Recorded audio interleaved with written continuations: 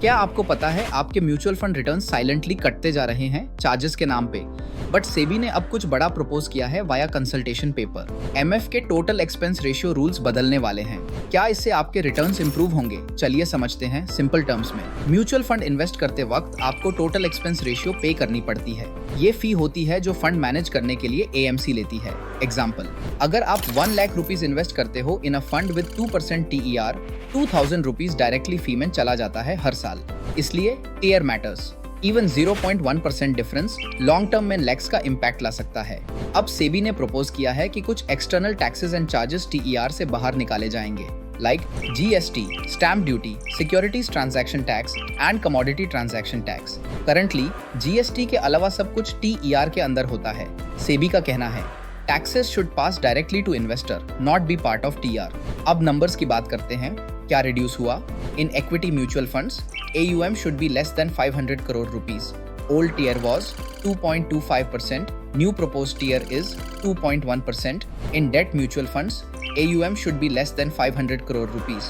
Old tier was 2%. New proposed tier is 1.85%. और जैसे जैसे AUM बढ़ता है, TER slab by slab reduce होता है।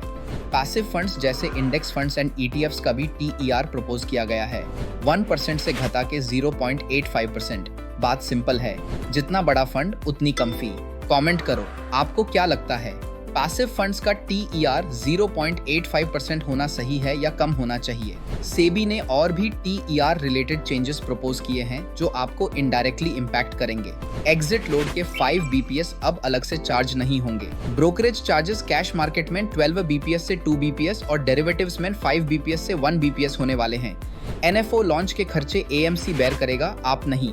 अगर AMC फंड बंद करे तो उसका हर खर्चा AMC की रिस्पॉन्सिबिलिटी होगी, ना कि इन्वेस्टर की। सेबी का ये स्टेप स्मॉल दिखता है बट इम्पैक्ट बड़ा हो सकता है, specially for long term investors. अगर आप भी चाहते हो कि आपके MF रिटर्न्स पे अननेसेसरी चार्जेस ना हो, कमेंट करके बताओ। What's your TR experience? High लगा या reasonable? Share this with a friend जो SIP करता है बट टीयर पे ध्यान नहीं देता। Anand Rathi Share and Stock Brokers Limited is mutual fund distributor. Mutual funds investments are subject to market risk. Please read all scheme related documents carefully before investing.